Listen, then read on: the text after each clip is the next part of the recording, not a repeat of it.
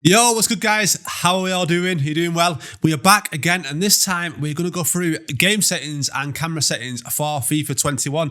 I'm going to talk you through what I use and give you a bit of a brief overview about the new things that have been added to the settings and what they mean and things I recommend you try and tweak and see what works for you. And then, hopefully it will help you get a better gaming experience and give you that little bit of an edge over your opponent that doesn't know about these things in game. Right, here you go. From the home screen, you're going to go across to customize, and then you're going to jump into settings and customize controls. And this is where you're going to see all the controller settings this year. Very similar to last year, but I'll take you through what I've used and why. So I turn the FIFA trainer off. If you're pretty clued up on FIFA, you play it regular, you want to turn this off because basically it's just going to hide the trainer during the game. It generally just gets in the way.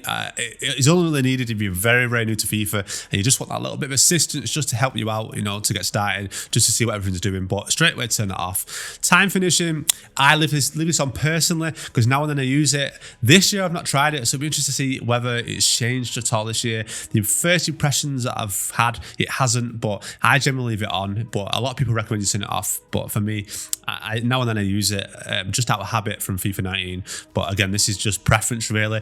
Either or, the only reason I'd probably turn it off is if you're a serial button presser and you panic a little bit and press shoot often, because it will start using time finishing and mean that you mess your shots up. So again, just think about your game, how you're playing, and make a decision on that. Next player switch indicator. This I recommend you always leave on. So it's going to give you a little indicator above the player that when you use L1 or left button to switch player, you will know who you're going to switch to next. So I always recommend leaving that on because it just gives you that visual indication. You know who's going to get selected next. If you're not using right stick switching, using L1 or LB, it does help a lot, and I really recommend you leave that on. Last block assistance, why would you turn that off? AI blocking's always been a thing in FIFA, very, very strong. This year again, it does help you that little bit. It is still there, probably not as much as FIFA 20, but you're just not going to switch that off. It's something that, why would you not have that extra assistance in the AI helping you, block passes and other bits and bobs? So definitely leave that on. Auto switching, I use air balls and loose balls. You can have auto and manual, but I recommend air balls and loose balls, so it'll only switch for you when your opponent obviously plays it in the air, like a long ball, or cross it, or if the ball runs loose. That's the best one to have there. Auto switching move assistance, I have this on none personally. So what happens is when you switch player, if you have it on low, high, depending which one you have it on, when you switch player, it will continue moving that player in the direction that he was going in when you take over. So it gives you that bit of assistance, keeps him going in the direction, keeps him moving towards the way he was going. But the issue you've got with this is if they weren't going in the right direction, or if you need to quit the change because of your opponent changing direction, you're going to be stuck into waiting until the auto switching stops and does its sequence before you can do anything. For this, it is better on none. It's better as soon as you take that player over. Just remember that you're in control. You need to have the direction you want to go in, set straight away, and then go from there. Definitely have it on none. Jockey manual. So this is generally a higher level kind of thing to choose. Start with assisted, where when you're jockeying with LB or L1, it will assist you. It will keep the speed, the distance. It will maintain it a little bit for you and help you a little bit. And once you get used to it and you want to take it up a level, and this is generally like elite upwards, gold 1 upwards, when you're trying to really take it up to the next level and you want extra control, go to manual jockeying. This time it'll be no speed or directional distance. You're fully in control.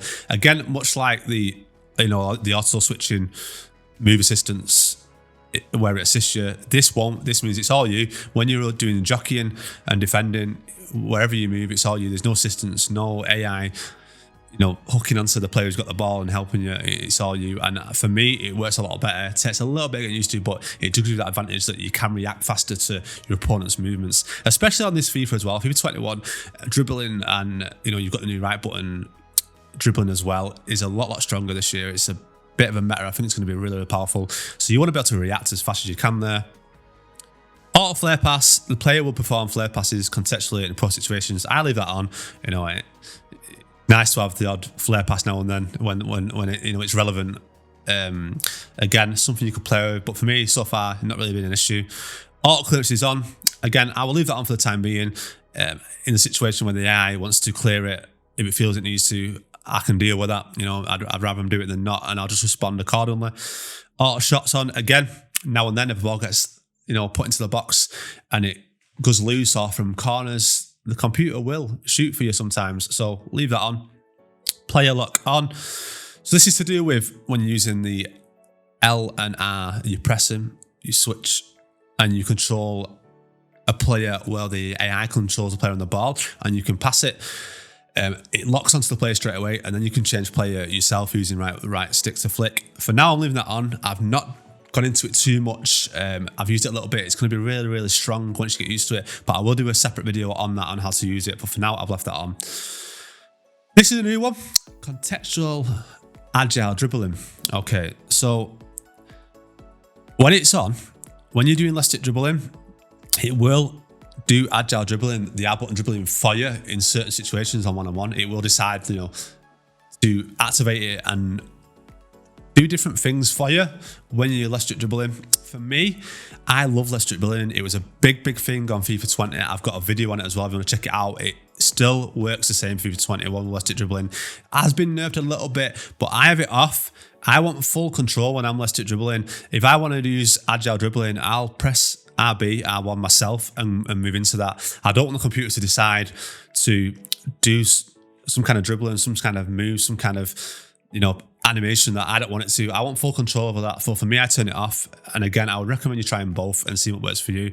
But for higher level players, I would recommend turning it off most definitely. Assisted headers. This is a big one, okay? And this is a high level skill, as it says here. I'll go through it for you. Enable header assistance for passing shots for more casual gameplay experience. Again, this is for casuals. This is where heading will be very similar to 20. You know, you will score them now and then, but if you want to take it to the next level and full control of your heading and take advantage of the fact that heading is back in FIFA 21, I recommend you turn it off. Disable header assistance so that headers for passing and shooting are manual or more accurate. This is a competitive header mechanic to add more skill to headers for everyone. So what that means is when you head, you need to be really careful the direction you're pushing on the left thumbstick. Make sure you've got it in the direction you want it to go, because if you're aiming it the wrong way, it will head it the wrong way because there's no assistance here. It's fully you. Again, this is really strong, you know, with the L1 and R1 or LB and RB, when you use them together and you do the power header down.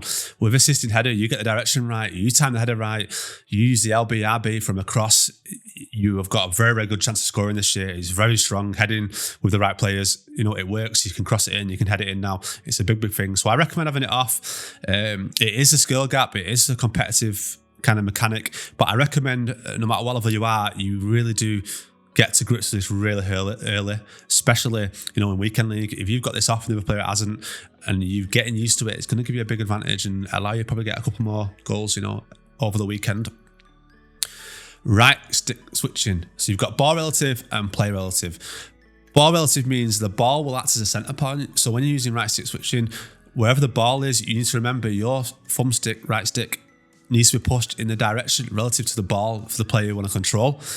Play relative, again, is the player. So whichever player you're controlling, you flip the right thumbstick relative to that player to who you want to control. So if you're controlling a player and the player you want is above you, flick it up. The player wants the right, flick it right, and so on.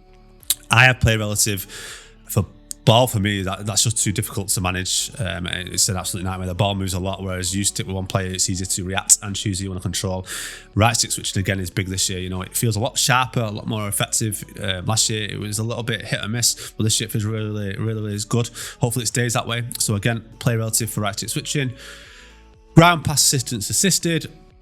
Through ball assistance semi.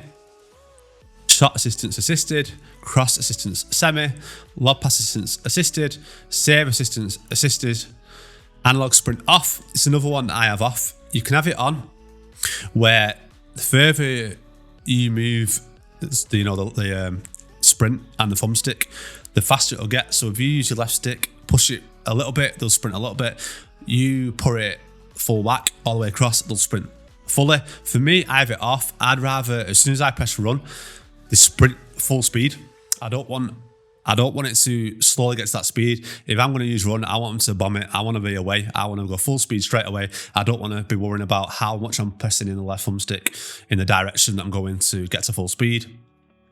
Defending, tactical descending, our legacy defending. Legacy defending, no one uses this. This is like the old FIFA years ago. Tactical defending is the standard, it's the default. Stick with that, it's the best one to use. There's not really kind of much reason to go to legacy at all. Pass receiver lock, late or early. So this is again one you want to play with, try. If you have it on early, when you press pass, it's going to lock in straight away and make that pass that you do with no opportunity to change it. It's going to be straight away, you press pass in the direction, that's where it's going to go. If you put it on late, that means that then if you decide before the animation is complete, oh no, the opponent's blocked that off, I want to change the direction of the pass, you can do that. So it's obviously a more skilled, more experienced option to choose. It gives you great control. So I do recommend doing it on late, you know, just give you that edge and give you that opportunity to react to what your opponent's doing. But again, you know, if you're quite new to the game, you're just getting to grips with it, keep it on early, just while you're getting used to it, and then slowly move into late and get to grips with the fact that, you know, it's going to be the last moment where you can change the pass. You know, it's very easy to press a pass and then all of a sudden think about your next move, and then the pass is going to go in the wrong direction if you're quite new to the game and just getting to grips with it. So just like I said, be cautious and get used to it before you go to late if you're new to the game. But if you're quite experienced, you come through 20, you played a lot about my team, late, have it on late. And that is my settings, guys. That are all the settings that I'm using currently. I played a lot on the beta. I put a lot of hours in, and I looked at these, played with them, tweaked them, and this is what I found works best for me. But give them a go, guys. Let me know what you think. If you're using anything different, let me know down below. I'll have a look at it and maybe do another video going into more detail on some of the options here. Right, on to the next thing, camera settings. So these are the ones I use. I've used them all last year, most FIFA 19. It's kind of what works best for me. I use telebroadcast. So I set single player and multiplayer camera to telebroadcast just to make sure there's no issues. Now and then, sometimes last year, it messed up if a single player camera was different and it changed the camera. So I just put them both, telebroadcast. That's what I use in game. Telebroadcast. And then if you go down, put your camera settings on custom. I have camera height 17 and I have camera zoom 0. So I am fully zoomed out. I like the height at 17, just a nice balanced height to have. 17 and 0 and telebroadcast is what I use. Probably the most balanced, best camera settings you can use in the game without going to co-op and getting a wider view. I just like the fact it's nice and far away, a nice angle for you to see a lot of the pitch and make the right decisions when you're passing, but also close enough that you can use agile dribbling, elastic dribbling, and you know, you can really react to what your opponent's doing, the players, and be sharp in the decisions you make. Right, guys, that is the end of my settings and camera settings video. I hope you enjoyed it. Let me know what you think down below. Hopefully it helps you just give you that little bit of an edge, a little bit of a quicker start to FIFA 21 and ready for Ultimate Team as well. Make sure you're playing in rivals, take your time, think about the things that have changed, think about the new features, the new settings that I talked about, like the manual heading as well. Make sure you take the time, get to grips with it, and it will give you that little bit of an edge, you know, when you especially go into the weekend league in 2 weeks' time when it starts. Again, I hope it helps you. Enjoy FIFA 21, have fun, and I will see you on the next video. Take care, everybody.